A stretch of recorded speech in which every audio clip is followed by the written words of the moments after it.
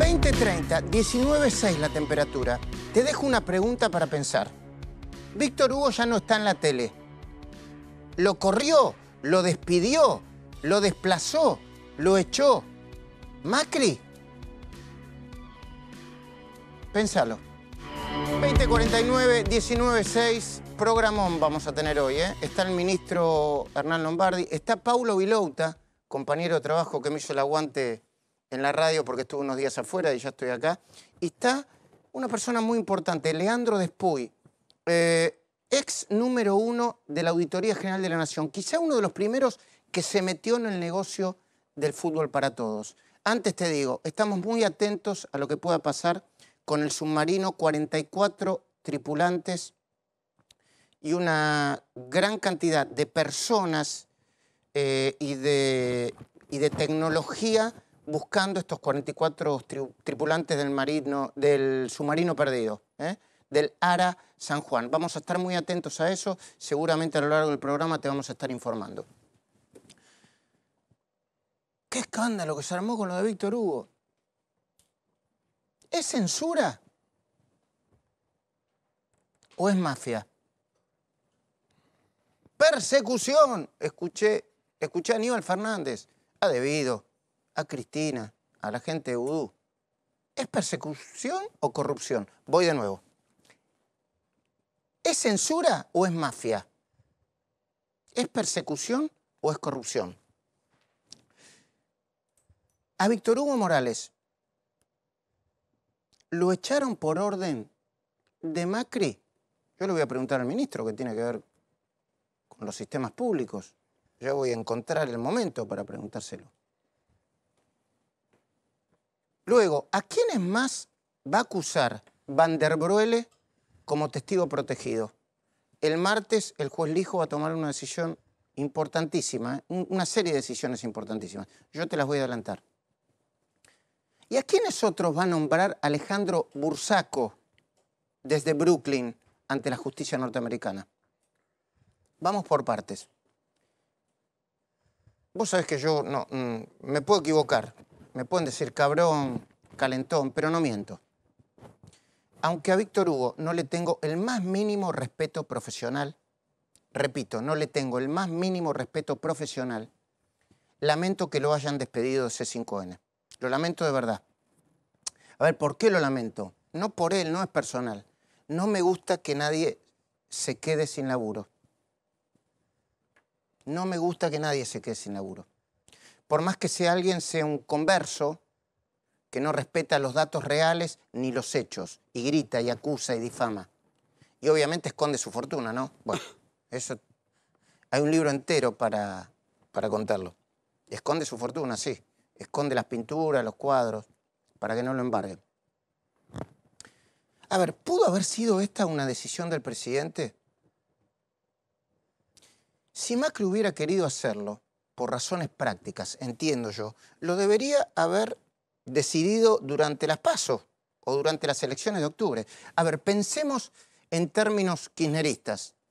Bastante mal tenemos todo en la cabeza después de tanto kirchnerismo. ¿Cuándo te conviene hacerlo? Si vos querés, a ver, si vos no querés que este programa aparezca, ¿cuándo querés que no aparezca? ¿Cuándo le querés cortar las piernas? En el medio de las elecciones. ¿Cuándo lo tendrían que haber sacado del aire si fuese una decisión del presidente? Cuando C5N puso todo su aparato a favor de la candidata Cristina Fernández. ¿Lo recuerdan, no? Paulo, buenas noches. ¿Vos lo recordás, no? Por supuesto, Viste Luis. que en Argentina pasan cosas cada 5 minutos. Pero Hace un ratito, en las PASO, pusieron toda la carne al asador contra, a favor de Cristina y contra los candidatos del oficialismo y otros, y contra Randazzo porque le quitaba votos. Se comían todo. Bueno, vos veías ese canal y era tremendo. Eso era C5N. Y estaba Navarro y estaba Víctor Hugo. Lo recordamos, ¿no? Lo correcto. Agosto, sí. PASO. Bueno, porque si no parece... Viste, acá todo tenés que explicarlo 20 veces, no hay problema. ¿Para qué le serviría al gobierno la salida de Víctor Hugo si cada día pierde más influencia y más audiencia al compás de la descomposición moral del kirchnerismo? Porque puede haber una descomposición política, ¿viste? Hay una descomposición moral del kirchnerismo. Mi hipótesis es la siguiente, y mi hipótesis está sustentada en muchos llamados que hago a colegas y algunos gerentes del grupo. Miren, los gerentes de C5N son todavía los gerentes de Cristóbal López y Fabián de Sousa. Aunque dijeron, parece que vendieron de mentirita la empresa. Un lío eso, ¿eh? Ya lo expliqué varias veces. Y te lo tengo que explicar ahora, nos vamos a volver locos. Los que están ahora, los que le dijeron a Víctor Hugo, mire, usted tiene que irse, son los mismos gerentes de Cristóbal López y Fabián de Sousa. Quienes siguen manejando el canal en las sombras. Quienes siguen manejando el canal en las sombras. Y a Víctor Hugo lo echaron, igual que al impresentable de Roberto Navarro, corre por mí, obviamente, la definición de impresentable. Porque estos tipos, los gerentes, los dueños en las sombras, intentan ser más papistas que el Papa. Es decir, tratan de demostrarles, como tiene una manera kirchnerista de ver la vida, dice, si yo le demuestro que estoy con ellos, me va a ir mejor. Entonces tratan de demostrarle al presidente que son más papistas que el Papa. Entonces, ¿qué hacen? Pegan un volantazo. Vos manejás, ¿no? ¿Viste que cuando vos estás así, pegás un volantazo, el auto se va para cualquier lado? Parecido al volantazo, en menor medida, que Víctor Hugo pegó en su momento cuando pasó de denunciar el enriquecimiento ilícito de Néstor y Cristina, miralo en YouTube, están todos, están en las redes sociales. Un día dijo, el matrimonio presidencial, Néstor Kirchner, deberían explicar su enriquecimiento ilícito un lunes. Y al otro día se hizo ultra acá. Bueno, igual que Víctor Hugo, que lo hizo en menor medida, se dio vuelta así, primero el jefe de la barra de Boca, para hablar en términos futboleros, y después hizo el jefe de la barra de River. Los que están detrás de C5N están dispuestos a cambiar de bando. Vale, dicen, vamos a cambiar de bando. Pero ¿a cambio de qué? Si logran ¿qué? Indulgencia para pagar la deuda fraudulenta de más de 10.000 millones de pesos que tienen con el Estado. ¿Y qué va a hacer Macri? Si mis fuentes no me mienten, y creo que no lo están haciendo, Macri no tiene el menor interés en que C5N se transforme en un medio oficialista. Se los digo a los kirchneristas, a los no kirchneristas, a toda la Argentina. El presidente no tiene el menor interés en que C5N se convierta en un medio oficialista. Hasta donde yo sé, el presidente quiere, igual que el responsable de la FIP, Alberto Abad, que Cristóbal, primero, antes que nada, pague por el delito que cometió. Que pague con sus activos, incluso sus bienes personales. Parece que tiene un par de aviones, etcétera, etcétera. Y si es necesario, que lo pague con la cárcel también. Porque se afanó 8.000 más intereses, más punitorio, más de 10.000 millones de pesos de un impuesto al combustible que tenía que dárselo al Estado inmediatamente, a vos, a mí. Se lo choreó y compró estos medios. Entonces, para mí, lo de Víctor Hugo no me parece censura. Lo lamento, de nuevo, insisto, no, yo lamento que se quede sin laburo en la tele, pero no me parece censura. Parece mafia. Mafia, ¿viste? Una cosa mafiosa de te saco uno, te pongo otro. Y algo parecido estaría pasando con las nuevas revelaciones de Alejandro Van der Broele. Yo estuve unas horas fuera del país. La Argentina realmente es increíble, ¿eh? Increíble. Estás unas horas fuera del país y pasa de todo. Van der Broele está prendiendo el ventilador porque se acercó al gobierno. Y hasta donde yo sé, el Ministerio de Justicia y el de Seguridad le dieron todas las garantías para que declare como testigo arrepentido. Van der Broele declaró, y hay secreto de sumario muy riguroso, desde la Fiscalía y desde el juzgado. Pero nosotros tenemos información. Obviamente, Van den Broele, así se dice, mencionó, además de Amado Vudú, al gobernador de Formosa Gildo Infran, como uno de los hombres que habría recibido un retorno de casi $500.000 sobre un pago total de $2 millones por servicios en la reestructuración de la deuda de la provincia de Formosa. $500.000. Habrían ido para el gobernador. Está mencionado un Martín Cortés, el que puso la firma, y habrían ido para el gobernador.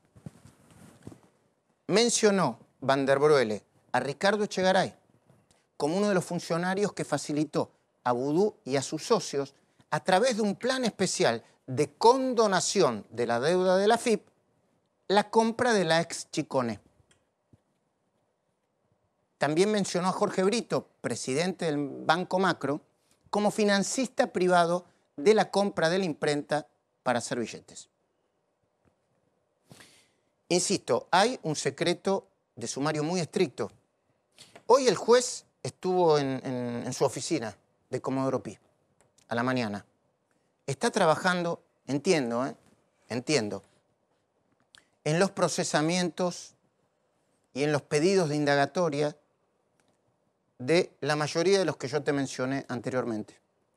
Yo puedo asegurarte que el juez Lijo, el martes próximo, va a dar por válidas las denuncias de Van der Broele y va a actuar en consecuencia.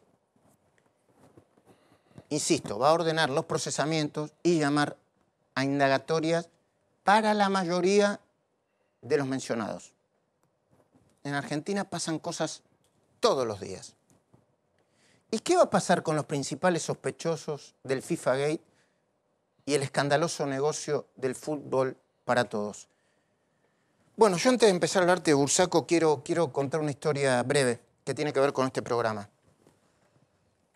Y dicho sea de paso, agradecemos la premiación, el Conex, que recibimos de platino, ¿no? Nunca tengo la data bien, no sé si es de brillante, pero sé que pesa un montón. Sé que pesa un montón. Como el mejor productor junto con Carlos Martínez de la década, y esta mención tiene que ver con la idea con la que nosotros trabajamos. ¿Cómo empezó la causa argentina del fútbol para todos? Empezó por un intercambio de información que tuvimos con Graciela Ocaña. Graciela Ocaña me preguntó un par de cosas y yo le di una respuesta después de una reunión de producción, no me dejan mentir. Ahí está Machiavelli y Javier Mozo, que después les van a presentar 2 informes apasionantes, ¿eh? Atención, el Club Quilmes. Parece que Aníbal Fernández compró por $1 millón un arquero que no había jugado nunca en primera. Eso es para vos, Paulo. Me lo llevo. Creo que tenía 35 años. Igual. Un palo verde, ¿eh? Bueno, Graciela me preguntaba, y me preguntaba por el esquema de los pagos. Y yo le decía, bueno, empecé a revisar los contratos. Y yo le dije, Graciela, estos contratos son muy parecidos a los contratos que celebraron y llevaron a cabo Sueños Compartidos. De hecho, ahora está Después, que no me va a dejar mentir. Hay un modus operandi que vincula a las empresas, a las financieras, a las que emitían cheques, a Sueños Compartidos con el fútbol para todos. ¿No es así, Después? Sí, buenas noches. Ahora lo desarrollamos la idea, pero es muy interesante lo que va a contar Después, ¿eh? Entonces le dije, hay una causa por Sueños Compartidos. Debería haber una causa en el fútbol para todos. Y Graciela Ocaña me dijo, voy a hacer la denuncia. Nosotros hicimos el informe un domingo. Al otro día, con los elementos de ese informe, Graciela Ocaña presentó la denuncia. Y hoy es esto. Pero por otro lado está el FIFA Gate. Bursaco ya terminó de contar lo que sabía. Es importante que lo sepas. O por lo menos lo que sabía. Lo que necesitaba contar. Él no tiene arresto domiciliario ni tiene colocada una pulsera electrónica. Está en Manhattan. No puede irse no sé cuántos kilómetros. Hugo lo sabe, vos me dirás, ¿no? Pero unos cuantos kilómetros. No puede irse de ahí. No se puede mover de los alrededores de Manhattan. Solo lo va a poder hacer recién después de la sentencia. Y la sentencia va a ser a mediados del año que viene. De manera que para que vuelva a hablar y mencionar gente, se lo tiene que pedir la jueza federal de Brooklyn, Pamela Chen, o la justicia argentina. Y esta es la novedad que tengo para darte, es la novedad que tenemos para ofrecerte acá desde la cornisa. Se trata de un pedido de Graciela Ocaña para que la justicia argentina interrogue a Bursaco. Lo interrogue vía Skype o por teleconferencia. Se trata de un informe que enseguida te vamos a mostrar. Un informe que preparó Hugo Machiavelli. Pero más allá de eso, lo que hay que mirar es el extenso y detallado dictamen del fiscal Policita. Ustedes saben que, viste, Paulo, que nosotros... Yo cuando vos te vas, cuando salís del país y empezás a leer, viste que empezás a analizar la información, no tenés tiempo de procesarla. Es mucha. Necesitas mucho tiempo Demasiado. para procesarla. Claro. ¿No? Bueno, le voy a preguntar al ministro, porque hay muchos números también. Y este gobierno también hizo un contrato para, creo que para la Copa América 2016. Bueno, el fiscal Policita entiende en el marco de la causa Ginkis. ¿Me explicás qué es la causa Ginkis, Paulo Vilouta? Bueno, tenemos un grupo aquí con los Hinkins, los Meissners, los Grondona, que manejaron todo este paquete importante de derechos. ¿Por qué? Porque la empresa Torneos, no Torneos y Competencias, Torneos, coimió y sobornó para comprar derechos, para ganar derechos en la Copa Sudamericana, derechos en la Copa Libertadores de América, y formaban parte de todo un paquete de contención para poder lograr este tipo de objetivos. Hoy con prisión preventiva. Hoy con prisión preventiva. Después, acércate, Hugo, por favor, y que también se acerque Javier Mozo. Porque hay varias causas. Bueno, en esta causa, Policita, yo leí el dictamen completo. Técnicamente es impecable. Por eso dicen, che, cuando la justicia funciona en la Argentina, hay fiscales serios. Y algunos jueces serios, otros que no, que hacen las cosas que tienen que hacer. Le pide al juez Rafeca que tome declaración indagatoria, entre otros, a Bursaco, a Aníbal Fernández, a Juan Manuel Aval Medina y a Gabriel Mariotto. ¿Saben por qué? Porque Policita entiende que los funcionarios públicos, que esos funcionarios públicos, obligaron al Estado a comprar derechos de televisación en forma abusiva y con sobreprecios y por fuera de lo que indicaba la normativa del propio programa Fútbol para Todos. Me quiero parar acá. ¿Se acuerdan cuando yo decían, che, esto no es gratis? El Fútbol para Todos no es gratis. Se paga. Me decían, callate, gorila. No, se paga y lo estás pagando vos. Lo que no pagás como abono del cable, lo estás pagando con sobreprecios. Hay unos cuadros muy ilustrativos que Policita incluye en el dictamen. No hay que ser un experto en auditoría para darse cuenta que con el verso del fútbol gratis para todos, el gobierno de Cristina Fernández pagó por los derechos 2, 3 y hasta la cuenta se la vos, la vas a tener ahí. 2, 3 y 4 veces más que el precio de mercado. Esperamos un segundito ahí. ¿Dónde está en el cuadro? A ver, ayúdame a leer, Hugo. Jefatura de Gabinete de Ministros. En ese momento, miren lo que están viendo acá. Superclásico, América, año 2011. Pagó Superclásico de las Américas en el partido Argentina-Brasil, Brasil-Argentina. Sí, exactamente. Bueno, pagó en ese momento la Jefatura de Gabinete a sola firma $1.200.000. ¿Saben cuánto pagó por el mismo partido Telefe? Solo para la Ciudad de Buenos Aires y Provincia de Buenos Aires, pero es una población suficientemente densa como para que valga mucho. $270.000. Hay una diferencia, ¿no? Una diferencia importante y se cree de que hubo sobreprecios. Sí. Bueno, y la imputación por la fraude en la administración pública en este caso. A ver, ayúdame, Paulo Vilouta. La segunda línea. Amistoso Argentina-Brasil, ¿te acordás? Sí, me acuerdo. En todos los casos das un muy buen ejemplo, porque tiene que ver con esta historia del subsidio. Así como el transporte era barato, pero después se sacaba dinero para pagar combustible de colectivos que no existían, o se iba el dinero para otro lado y choca un tren y asesinan a 52 personas, con el fútbol pasaba lo mismo. Se pagaba, se sobrefacturaba el fútbol, más allá que uno prendía la tele en casa y que si no tenía cable no lo podía ver. Hay una diferencia que después te lo va a explicar mejor el ministro, que es el lindo combo para comparar, porque acá te puede decir alguno, che, mirá, el Superclásico de las Américas costó 600.000 Sí. y América lo pagó la amistad, pero te lo llenan de Sí. La edulcorante. expectativa. Bueno, Con amistoso perspectiva. Argentino-Brasil. 450.000 dólares, no hay con qué comparar todavía. No tenés ahí. El Superclásico de las Américas 2012, de nuevo El Argentina-Brasil. doble. 600.000. Sí. Claro. Y mira, América, ese partido lo pagó América también. 300.000, la mitad. Si ya lo La transmitía América, ¿qué obligación tenía de transmitirlo con el 7? 300.000. Y porque estaba la situación que desde un medio público estaba la obligación de transmitir. Muchas veces cuando vos tenés el cable, es lógico, si lo tiene TIC o Fox, te lo abría el 7, correspondía. Pero acá vos tenés un canal abierto, como América, no tenía mucho sentido Claro, la que te lo abra explicación el era 7. que Canal 7 es libre en todo el país, ¿no, ministro? Buenas noches. Sí, puede ser, ¿no? Pero es una explicación, lo que hacía encubrir un gigantesco mecanismo de corrupción, Luis. Cuando veamos los números de la Copa América y los Juegos Olímpicos, lo vamos a ver con toda contundencia. Bueno, podemos y verlo, lo que ¿no? viene con respecto a los mundiales. ¿Lo qué? Y lo que viene, porque ahora nosotros vamos a publicar los números. El 1 de diciembre se sortea el Mundial de Rusia en Moscú. En ese momento vamos a poder comparar otra situación más. Espera hasta que ahora me no va a se dar comparó. una primicia ahora, ¿eh? Algo. Con número, por favor. Bueno, seguimos. Y acá está, esto es muy interesante, miren, Copa América, estoy bien ubicado, me dicen, por favor, si estoy muy ubicado. Jefatura, Copa América 2015. Paga la jefatura de gabinete. Acá hay una decisión política. Yo no es que la quiera meter a Cristina en todas partes. Esto sin la decisión política de Cristina no lo haces. Con el dedo abajo de Grondona no se hacía. Bueno, Grondona ya, ¿cuándo falleció Grondona? 2014, 2014. después del Bueno, Mundial. sin la decisión política de Cristina no lo hacía. Copa América 2015. 8 palos verdes. ¿Cuánto paga DirecTV? Yo creo que para la misma cobertura, Sí, ¿no? Sí, exactamente. 3 palos.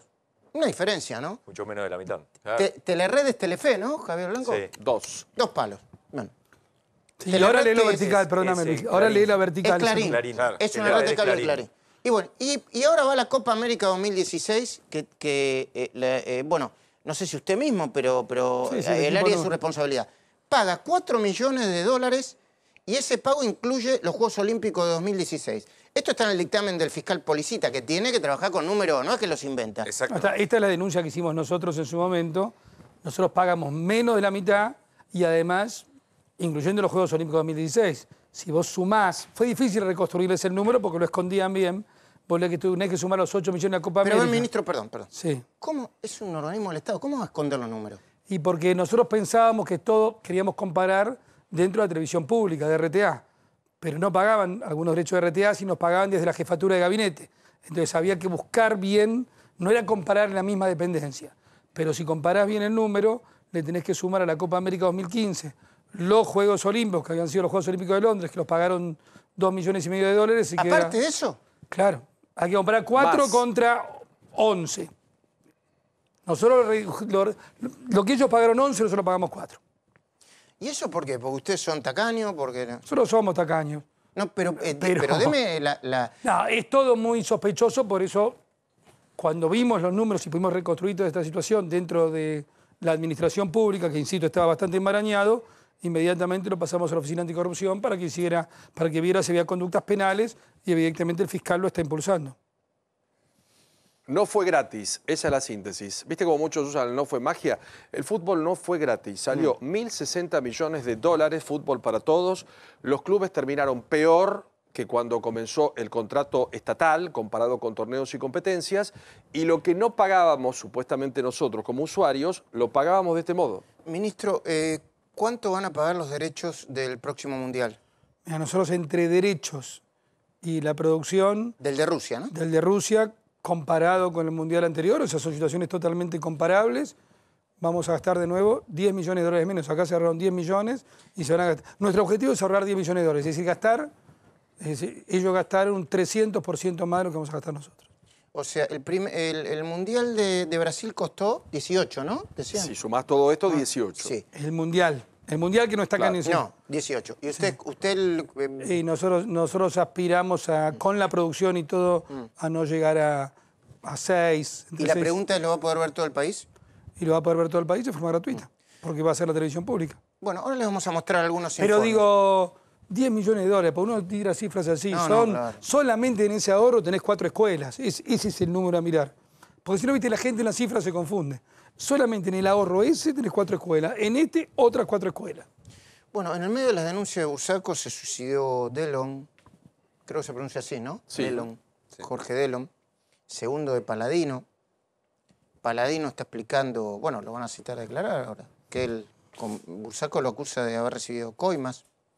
Hay un paquete de 15 millones de dólares en coimas, que denuncia Bursaco. Y de nuevo está el tema de Aníbal Fernández, que sale a patalear. Aníbal Fernández, yo no sé qué va a pasar con la justicia, pero desde el punto de vista objetivo está hasta las manos. Por eso salió a sacudir a Cristina y a defender a Devido. Por eso se mencionó a Carlos el Chino Zanini, quien hasta ahora la viene sacando demasiado barata, demasiado barata. Por eso Aníbal, Devido y Cristina salieron a denunciar un plan de persecución política, sistemática. Pero la verdad, acá están los números, no es persecución, es afano. Los números están a la vista. Y si los jueces se acaban de despertar después de una larga siesta, dicen algunos, porque no podían, no querían o no tenían la información, bienvenidos otra vez al mundo real, a los fiscales, a los jueces, donde los delincuentes son procesados, enjuiciados y encarcelados, y que los chorros devuelvan la plata y no pisen el Estado nunca más. Y que los chorros devuelvan la plata y que no pisen el Estado nunca más.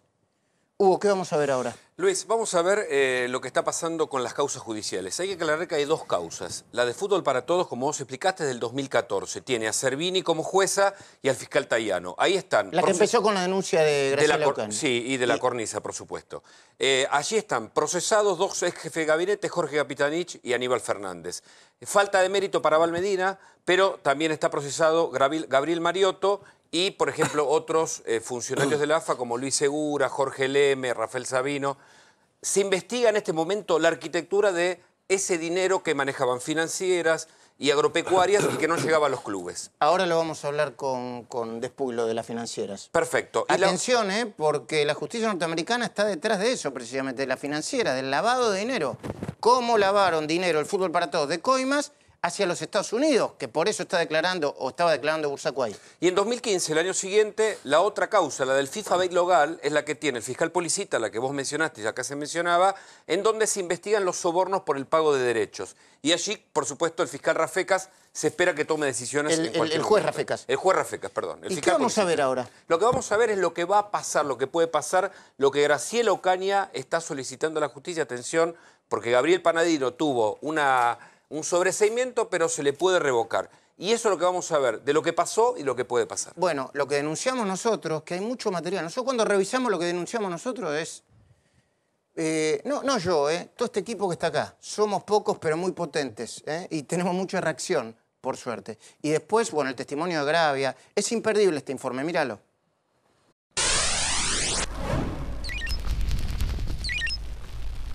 ¿Cómo hizo para incrementar su fortuna, Julio? ¿Pero cómo se llegó a alguna ferretería? ¿Por qué? No me empuje, no me empuje. No, pero le quiero preguntar cómo se logró de una ferretería tener incremento. ¿Cómo distribuye el dinero del fútbol? ¿Sí? Y el dinero del fútbol para el fútbol distribuye a todos los argentinos.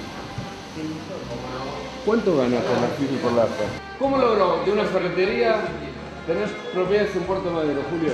Graciela Ocaña presentará una denuncia penal por primera vez después de 35 años de poder. Lo viste primero en La Cornisa. El fútbol para todos era una caja negra. Funcionarios y dirigentes del fútbol hoy están procesados por la jueza Servini de Cubría. Es una causa que se inicia a partir de la investigación de La Cornisa, que nosotros tomamos y luego hicimos sucesivas ampliaciones y que tiene que ver con todo el fraude que se hizo en el marco del programa Fútbol para Todos.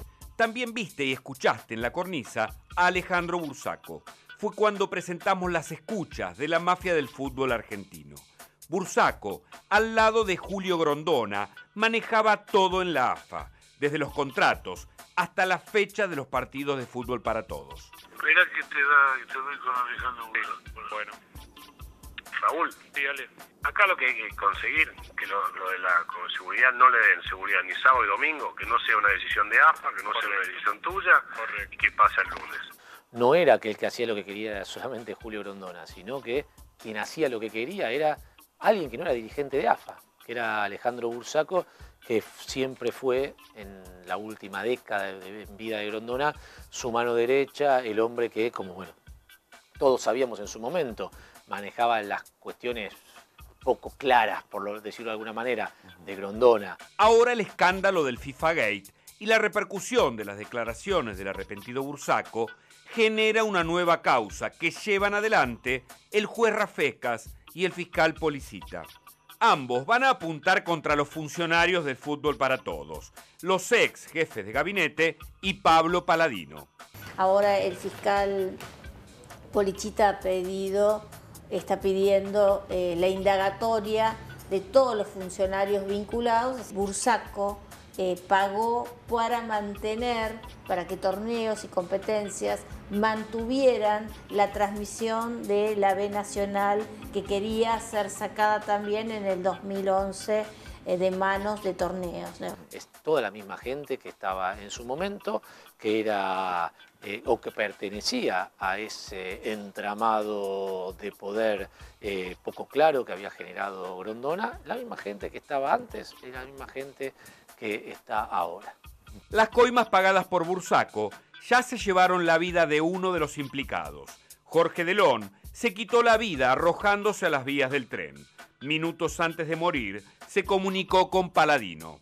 A mí me llama la atención el suicidio. La verdad que siempre uno lamenta que una persona tome la decisión de quitarse la vida, como es en el caso del abogado de los... Todas las miradas apuntan a Pablo Paladino, mano derecha de Aníbal Fernández y principal responsable de ejecutar el programa Fútbol para Todos. Evidentemente responde a una estrategia desde algún lugar para seguir colaborando con la demonización del gobierno anterior, de los funcionarios del gobierno anterior, de la estigmatización del programa Fútbol para Todos como tal. Yo creo que Paladino debe estar preso porque puede obstaculizar la causa. Y nosotros le vamos a pedir al doctor Rafecas la prisión de Paladino para su inmediata indagatoria. Paladino es un hombre que llevó adelante las campañas de Aníbal, o sea, de su propio riñón. En La Cornisa también te contamos sobre la verdadera fortuna de Julio Humberto Grondona. Bursaco declaró haberle pagado coimas millonarias a través de bancos suizos al ex jefe de la AFA, que se transformaron en excéntricos emprendimientos inmobiliarios del ferretero de Sarandí. Ávila entregó al juez documentación sobre las cuentas bancarias en Suiza a nombre de Grondona y sus hijos Liliana y Humberto por millones de dólares. El padrino contó con la gran ayuda de Cancillería Argentina, que demoró los exhortos pedidos por el juez a los bancos suizos. Entonces la causa se empantanó y en noviembre de 2011 Grondona fue sobreseído. La acción penal está extinta, pero lo que nosotros creemos es que la justicia tiene que ir hacia la recuperación de los bienes que Grondona cobró producto de la corrupción. Entonces queremos que se vaya contra la sucesión de Julio Grondona, que está en un juzgado de Avellaneda. Bursaco, desde Nueva York, abre la boca y causa un terremoto en Argentina y en toda Sudamérica. ¿Qué más sabe Bursaco respecto de los movimientos del dinero negro del Fútbol para Todos? Él lo que hace es hablar en Estados Unidos pidiendo una reducción de pena. Bursaco, si no hablaba, le correspondían 60 años de prisión. Lo que él está negociando, por la información que yo tengo, es un máximo de 15 meses. El hecho de que Bursaco también dijera que la policía de la provincia de Buenos Aires tenía orden de asesinarlo para que no declare. Estamos analizando la posibilidad de presentar como nuevos hechos esta información proveniente de Estados Unidos, solicitando, por supuesto, que se le tome declaración vía internet a Bursaco.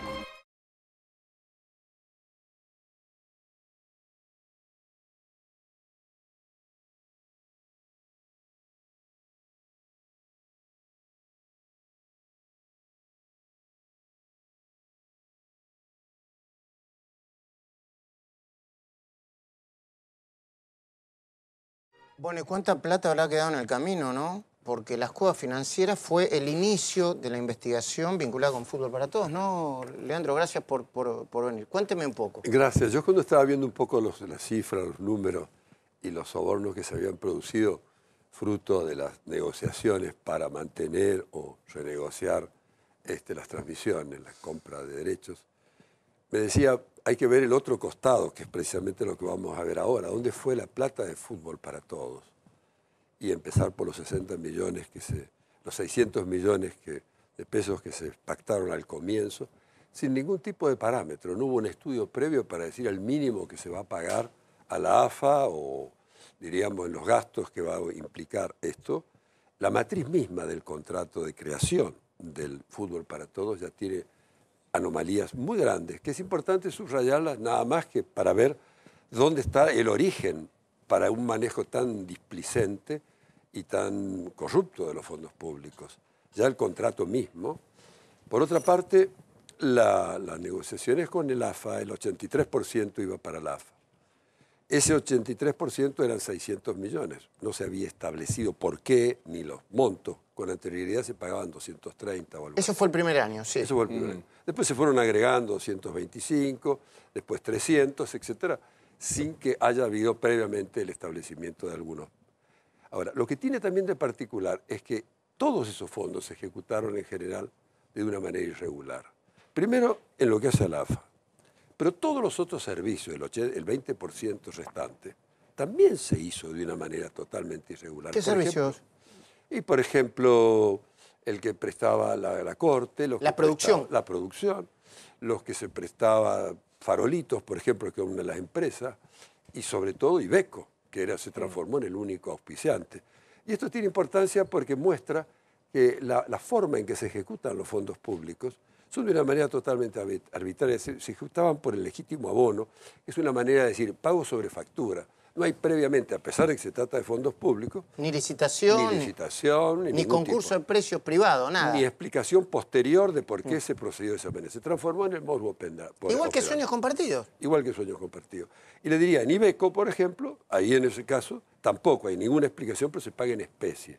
Y sabe una cosa, que en el caso de Iveco, que fue el único auspiciante, porque en realidad esto de que era gratis, originariamente se pensaba que iba a ser gratis porque la publicidad privada permitiría el financiamiento. Nunca se aplicó a la financiación privada y por el contrario se transformó en un instrumento político de publicidad pública del gobierno y solamente el único caso así comprobable era el caso de Iveco, que además era por especie. Es decir, se devolvía con camiones, el único auspiciante privado, que también presentó una serie de anormalidades. Yo me recuerdo que cuando al final yo estaba al final de la auditoría y hablé con alguien del ministerio, que en ese momento ya había vuelto, diríamos, de la jefatura de gabinete, que me decía, mire, no insista sobre los camiones porque la verdad que nosotros... No sabemos ni dónde están. No de dónde están. Me parece que se los llevó Capitanich cuando dejó de ser jefe de gabinete, se los llevó ¿Perdón? Se los llevó Chaco. Al Chaco. O sea... A ver, perdón, espere, que ya te hace. Esto es novedad para mí. Porque algunos no se encontraron, pero... ¿Sabés lo que pasó ahí con el tema de los camiones? Y perdón que interrumpa. No, por favor. Tiene que ver mucho con un informe que hicimos nosotros hace algunos meses cuando fuimos a Chaco por el tema de las plantas recicladoras de basura. Ah, sí. Bueno, hay muchos camiones que se sospechan, como dice Despuy, que fueron a parar a Chaco, pero no se sabe dónde están, a ciencia cierta. Si están en Chaco, ahora, ¿dónde? perdón, discúlpame, es joda esto. O sea, es que esto malo viene del Estado como si fueran o sea, lo mismo, ministro, que usted va, se va de acá y se lleva, no sé, el Centro Cultural Kirchner o el Araña del Centro Cultural Kirchner. Que lo toman como propio. Pero digo, vos las diferencias de precios que hablábamos recién de las copas, con las contrataciones, la Copa América, los Juegos Olímpicos, el programa Fútbol para Todos, un pequeño aviso político. El coraje político del presidente Macri, que lo puso Fernando Andrés, Fernando Marín, nosotros implementamos.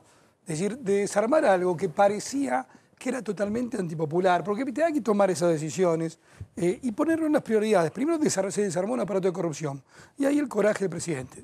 Lo digo francamente, a mí esto no hay que ser obsecuente, pero en esto el presidente lideró un proceso de transformación que acabó al mismo tiempo con la corrupción y con un sistema de propaganda político que era escandaloso. Luis, inventaron el relator militante. Avanza Messi, se la pasó acá, y cómo sonríe Aníbal Fernández en la tribuna. Era joda. Pero había que cortar eso, y la verdad que yo estoy orgulloso de formar parte de un gobierno que cortamos con eso. Ahora dentro de un ratito, después de que presente el informe Javier Mozo, tengo muchos Javieres. Tengo un Javier Blanco en la radio, especialista en economía, Javier Mozo. ¿Por qué fíjense cómo está Quilmes ahora? Bueno, ahora no está más Aníbal Fernández de Quilmes. No saben, tierra arrasada, ahora le vamos a mostrar. Compraron un arquero, 35 años parece, nunca había jugado en primera, un palo lo pagaron. ¿Cuándo lo firmaron? Un día antes de las elecciones. Ahora le vamos a contar. Y ahora vamos a seguir con Leandro. Pero después yo te voy a preguntar por Víctor Hugo Morales, que es otro de los temas que está... Si hay censura o no hay censura. Yo, para dejársela aplicando, ministro, yo diría... A mí no me gusta que no esté ni Víctor Hugo Morales... A ver, yo con Víctor Hugo Morales no lo respeto, ya dije. Ni que hablar de Navarro.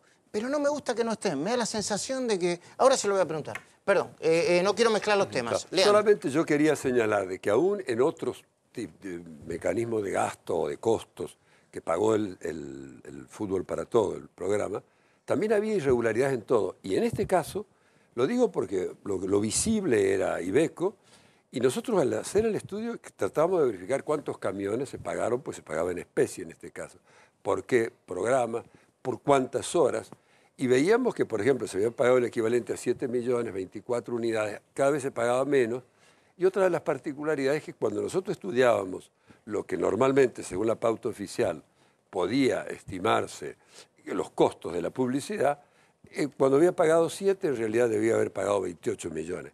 Y esto parecía que no había un solo ámbito en el cual pueda haber una rendición de cuentas. Todas estas cosas van a ser examinadas, sin duda. Obviamente. Ahora, el otro tema de fondo que usted apuntaba era este mecanismo, este modus operandi. Nosotros entregamos, la jefatura de gabinete le entregaba a la AFA. La AFA, en principio, recibía ese dinero y con destino al saneamiento económico y financiero de los clubes. Sin control discrecional. El contrato lo decía, fíjese, a pesar de que era un contrato anómalo, decía que tenían que establecerse mecanismos de transparencia y de control. No se ejercieron nunca. Cuando nosotros quisimos intervenir, nos decían, no, miren que el AFA es una institución independiente. No, pero los fondos son públicos. Claro. Nosotros queremos... Igual que sueños compartidos. Ahora bien, cuando nosotros, ¿qué hicimos? Como nosotros terminamos un informe sobre sueños compartidos, ¿qué detectamos ahí? Con una claridad impresionante, porque fue la única vez que nos dejaron ver los cheques. No nos dejaron en el AFA, pero sí pudimos verlo en sueños compartidos. Y ahí que vimos que sobre un programa de 1.300 millones más allá de pesos que no se concluyeron, las obras, un desastre desde el punto de vista del logro de los métodos, había un mecanismo que se va a generalizar como práctica en el Estado. Por ejemplo, nosotros tuvimos acceso a 500 millones de pesos en cheques, de los cuales, por ejemplo, de esos 500, vimos 200 millones, de los cuales había beneficiarios que eran empresas o personas que no tenían nada que ver ni con la construcción, ni con la vivienda. Eran mecanismos... Cuevas financieras. Esto mismo lo entregamos precisamente a Servini de Cubría para que ella estudiara ese mismo mecanismo para ver inclusive la identidad. E inclusive dimos los quit, dimos las empresas, etcétera.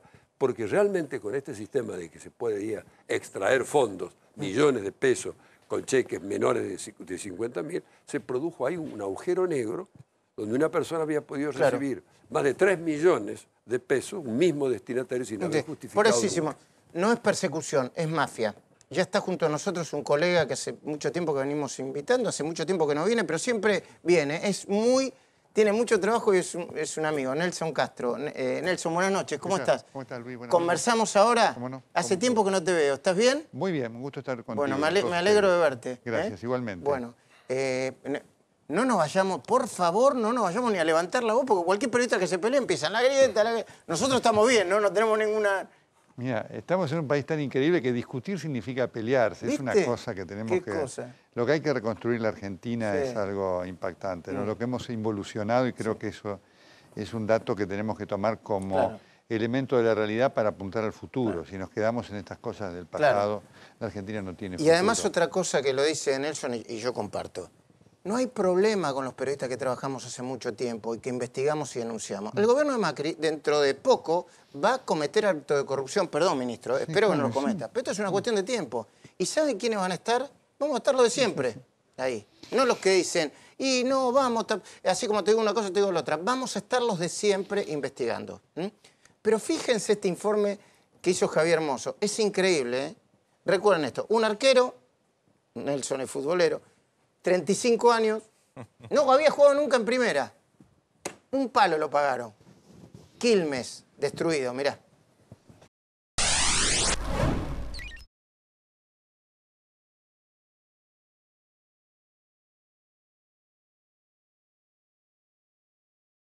En el estadio José Luis Meiner estamos acá. El ex estadio José Luis Meiner, el actual Ciudad de Quilmes. Ah, le cambiaron el nombre. Sí, sí, lo rebautizamos en agosto del 2016 con el nombre de Ciudad de Quilmes. ¿Por qué motivo? Porque no podría haber alguien que sea dueño del club. No podría haber alguien que sea dueño de la cancha. Lucas, te nombro 2 apellidos y me das tu opinión. Meiner y Fernández. José Luis Meiner, Andrés Meiner, Aníbal Fernández. Yo creo que forman parte de la historia oscura del club. La realidad es que en los puestos jerárquicos que han estado en términos futbolísticos y en términos políticos le podrían haber dado muchísimo más a la institución. Y sabemos que lo único... ¿Qué le dieron? Absolutamente deudas. En el 2001 se debía 0. Sí. Del 2001 al 2012, ¿cuánto se debió? 25 millones de pesos. ¿Y del 2012 al 2015? 135 millones de pesos. Del 2012 al 2015, ¿quién era el presidente? ¿Quién fue en ese lapso de 3-4 años el presidente? José Luis Meiner en su mayoría de años. ¿Qué va a pasar con ellos? Se han iniciado varias causas judiciales, entre una de ellas el caso de un jugador de 35 años, un arquero llamado de apellido Giovini. No tengo nada contra el jugador, pero era un jugador casi retirado y se hizo opción de compra por $900.000, que en ese momento era 15 millones de pesos. Y eso se hizo un día antes de la elección. ¿Quién era el presidente ahí? En ese momento era Aníbal Fernández y estaba en uso de licencia y el que lo ejercía en ese momento era Andrés Meiner. Ustedes deciden presentar una lista y empiezan a hacer campaña. ¿Cómo fue esa relación oficialismo-oposición? Hubo aprietes, hubo amenazas, hubo momentos hostiles para diferentes participantes de la agrupación, con la ex barra, que nos venían a apretar, che, no se metan más, termínenla. Ah, literal, así de literal, una. pero nosotros seguimos adelante, la constancia es lo que vence siempre. ¿Qué les representa a ustedes todo esto que se está nuevamente cocinando en Estados Unidos? Y siempre termina repercutiendo en el Club Quilmes porque José Luis Meiner representaba en su momento el Club Quilmes. Nosotros lo que hicimos de una forma fehaciente también fue hacer una marcha explícita el día que se pide el pedido de extradición de José Luis Meiner. Sí. Llegamos al club con 500 personas y pedimos el pedido de expulsión de él y declararlo persona no grata, porque la realidad es que seguía manchando simbólicamente al Club Quilmes con alguien que realmente usó el club para hacer intereses personales. Nosotros tenemos en cuenta que hace más de 30 años el club sigue siendo manejado por las mismas personas. El Club Quilmes no solamente son 2 familias, sino que el Club Quilmes son de todos los socios. Mediante esta nota venimos a pedir la expulsión como socio de José Luis Meiner.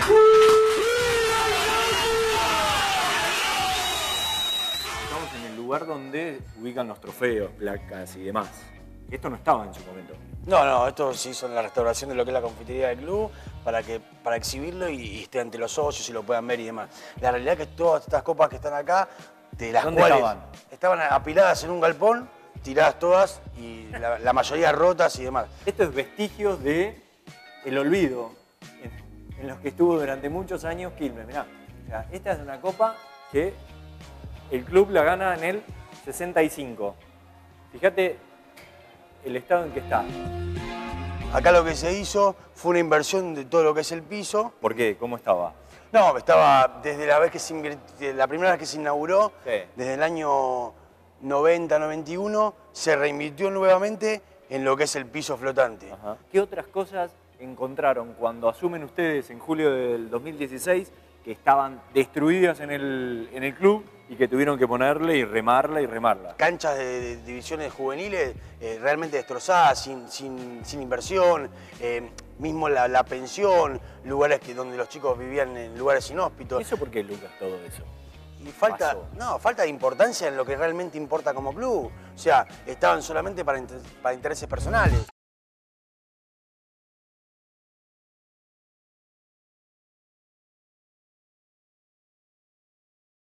Qué desastre lo de Quilmes, ¿eh? Por eso decía en la editorial cuando empezamos, no es persecución, es choreo, se la afanan. Ahora vamos a conversar con Nelson de eso y de algunas otras cosas. Bueno, algunos están enojados porque yo dije que no me gustaba que Víctor Hugo estuviera fuera de los medios. Me dicen, pagalo vos. Bueno, yo no estoy hablando de... A mí, yo lamento que un colega se quede sin trabajo, aunque sea Víctor Hugo, al que no respeto de ninguna manera, ¿eh? No sé qué pensás vos. No, lo mismo. Así que yo Lo vengo diciendo, el otro día lo decía ahí en TN, así que es una noticia muy mala todo esto que está pasando con Víctor Hugo. Sé que además TVR se quedó sin pantalla. Son cosas malas, porque representan un pensamiento que por supuesto no compartimos, pero que obviamente tiene que estar, es parte de la vida en democracia. Y la verdad que es malo que esas voces no estén presentes porque hace a la esencia misma de la pluralidad, que es lo que estamos defendiendo, ni más ni menos, más allá de las personas, de las situaciones personales y demás. A vos te tocó toda una situación con Víctor Hugo, después de aquel episodio que fue la presentación de tu libro El Dueño, y es importante manifestar esto, que los principios van más allá de las personas y se aplican permanentemente siempre, ¿no es cierto? Así como hubo gente que a lo mejor en el kirchnerismo hubiera querido que nuestras voces no estuvieran, ¿no? Y estuvieron en peligro de no estar. Bueno, hoy es malo que no esté Víctor Hugo y otras voces que representan el mismo pensamiento. Yo quedé en preguntarle al ministro lo mismo, pero yo quiero, te dejo esta picando, porque es un poco lo que le voy a plantear al ministro.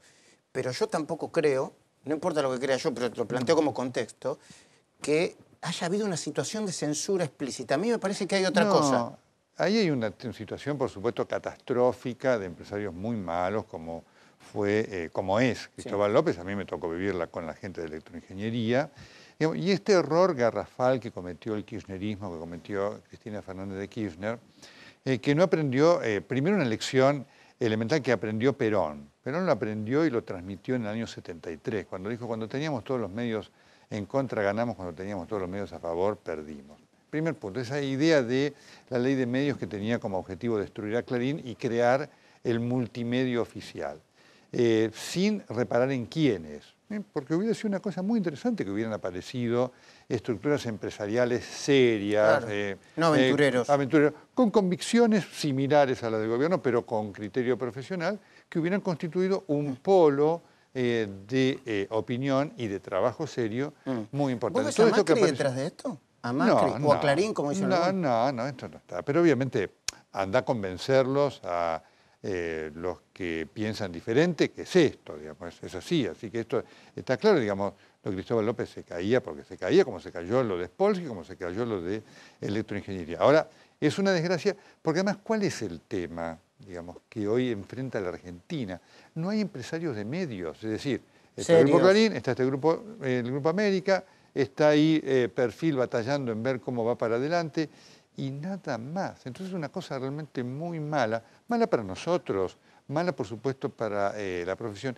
Y esto es lo que generó el kirchnerismo en su afán de copar los medios.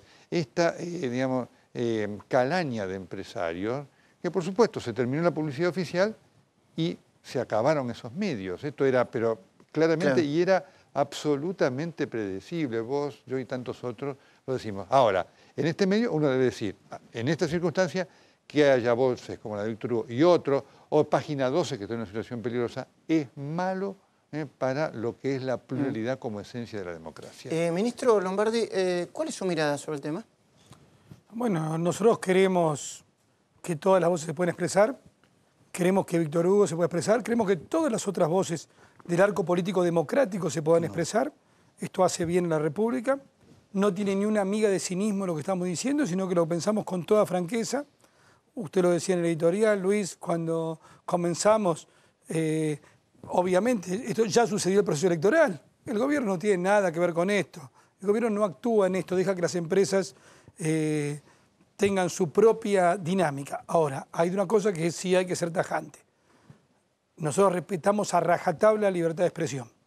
La libertad de expresión para nosotros es como el aire en el cual vive la República. Y no aceptamos, por lo tanto, como no lo aceptamos cuando ya él lo dijo, el señor Morales, cuando se fue a Radio Continental, que intentó echarle la culpa al gobierno. ¿No está Macri detrás de esto? Pero bajo ningún punto de vista, bajo ningún punto de vista. Y también hay otra segunda cuestión, eso es lo que dice el señor Morales.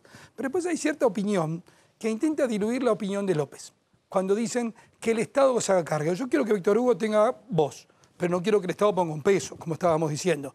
Porque si no, ¿sabés? Queremos transformar al señor López, a Cristóbal López, como viste esos superhéroes que tiran una bomba de humo, desaparecen y que nos hagamos cargo el Estado, que somos los trabajadores tendrían que ir me lo dijo usted fuera de micrófono, ¿no? Los trabajadores tendrían que ir con las pancartas al hipódromo. Pero yo digo, estoy cansado de empresas pobres con accionistas ricos. Vos tenés que ir seguir la pista del dinero y obviamente los trabajadores que tienen reclamos para hacer, estamos hablando de empresarios multimillonarios con activos poderosos.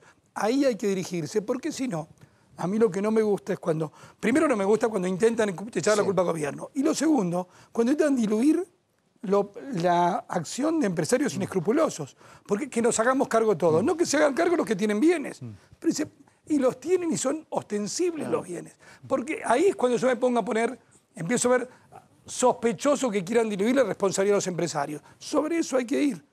Insisto, sí, lo que pasa es que las frecuencias, perdón, pero las frecuencias Sí. son del Estado, son concesiones del Estado. Las frecuencias sí, las señales de cable no, pero las radios sí, el aire sí. El espectro electromagnético sí, las señales no. De todas maneras, yo quiero señalar una cosa, porque esto también forma parte del problema. Vos imagínate que ahora ahí tomó ese grupo, no se sabe quién.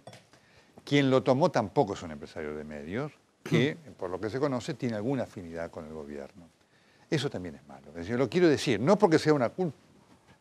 Digo, no porque Macri le hubiera dicho esto, pero digo, tenemos que poner las cosas como son. Ha tomado esa estructura alguien que no tiene la más mínima experiencia de medio y que lo que toma es esto, que tiene una afinidad con el gobierno. Eso también tenemos que decirlo, porque forma parte de la complejidad de lo que se está viviendo. No recuerdo si de Caputo o de Torello, ¿no? Sí, sí, además que algunos sospechan que aparecen en los Panama Papers. Entonces, estas cosas también tenemos que decirlo, para encontrarnos con la complejidad de esto, para que, digamos, esto, sí, lo que hay que si decir no es es la que, misma bicicleta perdón, de que hoy aparece alguien afín a A y mientras está afín, el gobierno afín a A está, y sí. mañana cuando está afín a B viene otro y nos quedamos con estos lo que hay que decir para personajes. no engañar a nadie es que es una compra mentirita, Sí, todavía por no está supuesto, aprobada esta compra, ¿eh? O sea, tiene que pasar por la justicia le ha dicho que no, y la FIP le ha dicho a Cristóbal López pague lo que debe, que son más de 10.000 millones de pesos por evasión fraudulenta, y si no tiene bienes, ahí es una discusión, si usted no puede pagar con activos, págueme con sus propios bienes, con los aviones, con los activos. No, pero por supuesto hay una situación escandalosa de un empresario que lucró estafando al Estado, no pagando impuestos. Está más claro Agua, y que compraba los medios porque se lo pedía Cristina Fernández de Kirchner. Esto es indiscutible y esto es lo reprochable. Y todos lo sabían. Todos lo sabían. Ahora, hagamos de cuenta que no nos ve nadie y estamos en una reacción. Discutimos como dos periodistas que hace muchos años que no nos conocemos. Luego venimos del periodismo deportivo hace muchos años. Ni hablemos de lo que pasó en Quilmes. Se está corriendo la cancha. Hay una cancha que está muy muy macrista y no hay voces disidentes o discordantes. ¿Y esto le hace mal al país? Mira, ¿vos ves alguna actitud de, yo diría, condescendencia hacia el gobierno de algunos? Pero vos sabés que cuando ocurren estas cosas, son las cosas que pasan. A mí lo que más me preocupa de todo esto, efectivamente, digamos, hoy hay una actitud de decir, bueno, aquellos sectores, a mí me pasa, cuando yo critico al gobierno, aparecen enormes. Bueno, Nelson, ahora te vendiste y sos kirchnerista. Las redes y sociales. Esto, entonces, mucha efervescencia. Bueno, yo acabo de decir lo de Víctor Hugo Morales y me dicen, pagalo vos a Víctor Hugo Morales. Pero, no, bueno, por supuesto. Estoy diciendo una cosa. Entonces, digamos, hoy está pasando esto, que se visualiza a través de las redes sociales. Por lo tanto, esto tiene una vivencia mucho mayor. Antes era algo que no tenía esta presencia, la gente podía estar crítica o no. ¿No es cierto? Y, obviamente, hoy ser ecuánime es un verdadero problema en la Argentina. ¿No? Esto lo Ahora, ¿qué significa ser ecuánime? Porque es una discusión linda para decir. Por supuesto, importante. ¿Qué significa ser ecuánime? Mira, ser ecuánime significa, primero, obviamente... Informar todo. Informar todo. Segundo, este hecho de... yo lo vengo siguiendo con mucha atención y no me genera ningún drama, pero esta cosa de que vos tenés que estar o en un lugar o en el otro, digamos. Esto lo inventó el kirchnerismo, esto del periodismo militante, diciendo, nosotros somos periodistas. Claro. Cuando hay una cosa mala de este gobierno lo tenemos que marcar claramente. Cuando hay cosas grises en algunos casos de los Panama Papers, lo tenemos que señalar. Ahí está. ¿Qué cosas malas le ves al gobierno? Mira, yo al gobierno creo que, por supuesto, tiene todavía un desafío enorme, porque esto es lo importante. Yo quiero marcar esto además. Yo a veces, vos ves que yo en general no me involucro en estas peleas de periodistas, porque ¿sabes qué pasa? La gente está esperando otra cosa. La gente está necesitando otra cosa. Y el país necesita otras cosas. Vengo de Europa. y hablaba el otro día con alguien de Estados Unidos. Me encuentro en Europa con alguien que circunstancialmente había estado en un encuentro con Macri acá en Buenos Aires e iba a estar en un encuentro con Macri después que estuvo en Nueva York. Y fue muy interesante escucharlo. Porque entonces vos te das cuenta que por dónde pasa el país. No estoy esquivando la responsabilidad de decir las cosas que no me gustan del gobierno.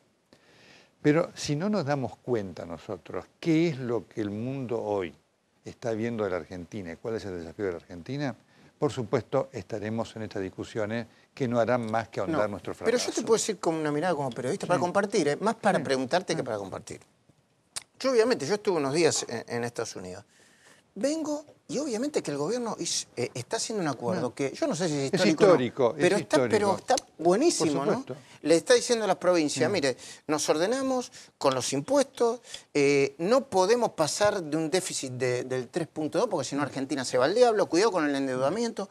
Está organizando un poco, pero en el medio, Nelson, vos te encontrás con, se suicida, y habría que ver que si se suicidó, Paulo, perdón, me olvidé de preguntarte, el señor Delon o Delon. Se suicida después de lo que dice Bursaco. Se arrepiente Van der Broele. Echan al camarista Freiler. ¡Guau! Bueno, yo digo, ¿por dónde uno empieza? Por supuesto que son cosas muy buenas y que marcan el desafío que tiene la Argentina. ¿Cuál es el principal problema que hoy tiene el gobierno de Macri frente al exterior? El tema de la credibilidad no de su gobierno, sino de la Argentina. De la continuidad, la institución. Los inversores dicen, mire, este país ya fue para acá, para allá y demás. Si este país, si la Argentina no asegura de su dirigencia política previsibilidad, podrá gobernar usted para satisfacer todos nuestros deseos, que no vamos a ir a la Argentina, porque en la Argentina nosotros lo que tenemos que definir es un plan de largo plazo, que esto exige consensos políticos que no han estado, que fue uno de los grandes errores del kirchnerismo. Por eso lo del viernes pasado fue una cosa muy buena si se cumple. Entonces, esas son las realidades de un país que tiene... que se le puede hacer a este gobierno. Bueno, obviamente, un gobierno que... ¿Vos compartís la idea de que Luis Caputo y Aranguren, en cuanto a su conflicto de intereses, tiene que ser investigado? Por supuesto. Yo la comparto, ¿eh? Por supuesto que sí. Y muy enérgicamente, ¿eh? Pero por supuesto que Lamento que sean buenos técnicos, que... Porque además se aplica para ellos el mismo razonamiento, es decir, vudú y debido, ¿por qué terminan de ir presos? Porque se dice, pueden tener una posición de poder que dificulte las investigaciones. Bueno, Caputo es un ministro, ni más ni menos que el ministro de Finanzas, y Aranguren también. Entonces, esto para hay vos, que el marcarlo. conflicto, esto está y bueno. La gente cuando te dice, quiero decir esto, ¿no? Porque el gobierno se enoja cuando dice, no nos comparen con el kirchnerismo. No, nosotros no estamos comparando con el kirchnerismo. Estamos evaluando situaciones similares. Después vendrá la investigación y, como en el caso Gómez Centurión, si está limpio y demás, volverá, punto y aparte. Pero lo que estamos marcando son situaciones similares que exigen investigaciones y que exigen situaciones claras. Fíjate vos, Macri tuvo un proceso confirmado por la Cámara. No solamente que fue procesado por Ollarvide, sino confirmado por la Cámara, las escuchas. Bueno, si hoy estuviéramos, ¿no es cierto?, en la misma situación que generó lo debido a quien yo estoy seguro van a condenar y va a ir preso, lo mismo que Budo, ¿qué hubiéramos dicho al juez? Bueno, no, mire, Macri tiene que dar un paso al costado. Tiene que o renunciar o pedir una licencia. Entonces, porque su condición de funcionario público lo pudo haber... Totalmente, efectivamente. Esto tiene que ver con lo que decidió Irurzún, ¿no? Totalmente. Entonces, nosotros lo que tenemos que hacer es esto, juzgar situaciones iguales con, criterios iguales. Aunque no tengan la misma envergadura. Aunque no tengan la misma envergadura. Porque no la tienen. A ver, porque yo... Por supuesto que no la tienen, pero estamos de acuerdo con eso, ¿no? Son hechos judiciales que están en investigación. Un funcionario procesado con un proceso, digamos, firme, confirmado por la Cámara, no puede ser funcionario. Sea Luis, Pedro, Juan, por la causa A, B, C, D o F. Entonces, eso nosotros lo tenemos que decir con absoluto criterio. Y si no hacemos eso, no estamos cumpliendo con nuestro deber de periodista. Se enoje quien se enojare. Hoy, para muchos, después de este triunfo impactante que ha tenido el gobierno, y en los que creen, porque hay un tema muy importante. Vos, yo, la Nata, Tenenbaum, Viñaski y demás, por supuesto y aportamos cosas para denunciar el kirchnerismo que la justicia no aportó. Hoy la justicia está confirmando muchas de nuestras denuncias. Lo que vos denunciaste en El Dueño, lo que Nico Viñaski denunció con el tema de la MAC y junto con Hugo Alconadamón y demás. Uno dice, mirá vos, pasaron 5 años, en el caso de tu libro, 8 años. Sí, sí, mucho. Entonces, mucha gente dice, ah, bueno, entonces ustedes ahora son macristas. No, no somos macristas. No, claro. Entonces la gente cuando dice, ahora criticas a Macri, ah, ¿te volviste kirchnerista? Cuando el otro día firmo la solicitada defendiendo a Horacio eso te quería Berbisky, preguntar. pero por supuesto, los insultos y las descalificaciones que tuve, ¿qué fue lo que hice? Defender la libertad de expresión de una persona que en lo personal conmigo se portó muy mal, pero que no me importa, digamos, que es una voz ¿Pero vos sentiste atendible e entendible. que lo estaban atacando a Horacio Había un riesgo. Y en cuanto existe un riesgo, yo quiero dar la voz. ¿Cuál era el riesgo? Había un riesgo había una sospecha sobre Página 2, un avance de Página 2, que está en una situación muy delicada, sí. ¿No es cierto? A propósito del tema de las denuncias de los familiares de Macri, que se beneficiaron con ese decreto sí. que yo critiqué muchísimo, que salió después del blanqueo, autorizando a los familiares de los funcionarios a blanquear, cosa que estaba expresamente prohibida en la ley que se votó, porque efectivamente estaba la sospecha de que muchos pudiera familiares ser y amigos. un testaferro. Ya lo hemos visto con el gobierno del kirchnerismo, así que se aplica con todo. Entonces, esas cosas generaron enojo y una muy mala respuesta del presidente Macri ante una periodista de Mendoza que se lo preguntó y se lo preguntó muy bien. ¿Qué le respondió? No, le respondió, no, eso ya es cosa del pasado o algo por el estilo, ni le respondió. Entonces...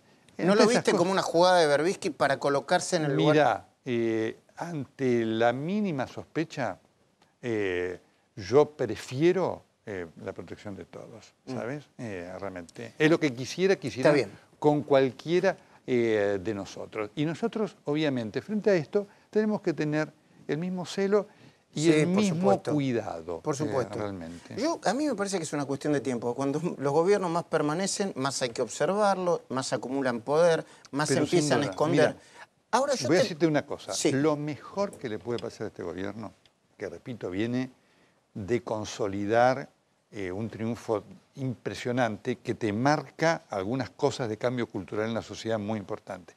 Lo mejor que le puede pasar es que nunca tener el poder del 54% que tuvo Cristina. Es lo mejor que le puede pasar. Eso es casi igual que el vamos por todos, decimos. Es lo mejor que le puede pasar. El gobierno, además, cuando negoció, ha demostrado tener capacidad para negociar, logró cosas importantes para el gobierno y para la Argentina.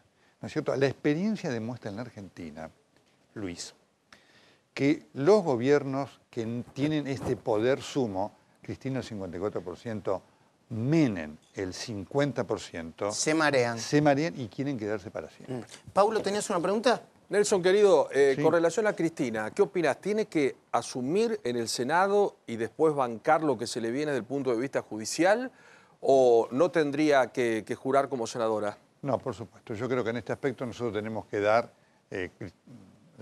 el beneficio de que tenga todos sus derechos absolutamente resguardados.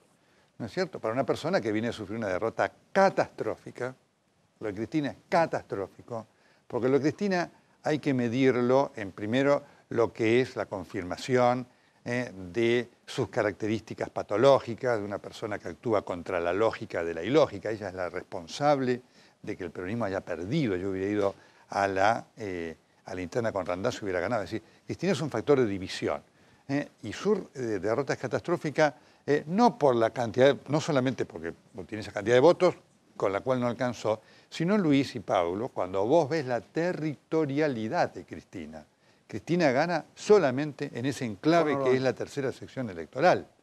El resto de la provincia fue absolutamente crítica para ella, lo cual está marcando una falta de sustento político muy importante entre una persona que es factor de división y que le ha hecho un enorme mal al país en su momento y al peronismo ahora.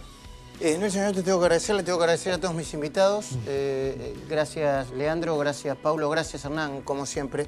Te quiero hacer una última pregunta. La que vos quieras, señor. ¿Cómo ves al ruido en la calle? ¿Te siguen, te pasaron algunas cosas en la calle, como a mí, como a todos? ¿Te siguen, perdón por la pregunta, te siguen puteando? Está mejor, alguno me tocó. Hoy uno me tocó, pero no. ¿Hoy no te tocó? No, en general la Gorila, gente... No, ¿cuál fue la última puteada auténtica? Hace tiempo, mira, bajaron mucho cuando fue toda esa ignominia de los hijos de Ernestina Redenow. Ese fue el momento más duro para todos, de esa ignominia que fue tremendo. A partir de ahí mucha gente se dio cuenta de la mentira del kirchnerismo. Y hoy lo que pasa es que la gente te grita Cristina, ¿no? Y entonces a mí me genera... O sea, Cristina. Me genera una... Viva Cristina, me genera... Yo cuando me gritan Viva Cristina hago la B del gozo. Viva. A mí me genera realmente... Un poquito de humor necesitaríamos, ¿no? Pero mira, muchísimo, querido. Nosotros tenemos que tomar las cosas, te repito, en el sentido de la Argentina tiene una oportunidad histórica.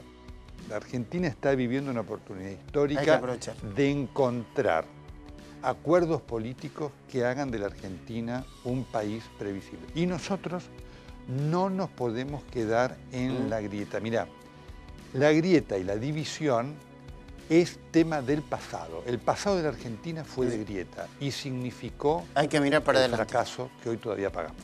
Gracias, Nelson. A vos, querido. Muchísimas gracias por venir. Gracias a todos. Luisito, querido, dale, hace programón como siempre y nos vemos mañana para hacer el pase a las 9 de la mañana. Te quiero bien despierto y atento como siempre. Hasta el domingo a los que ven La Cornisa. Chau.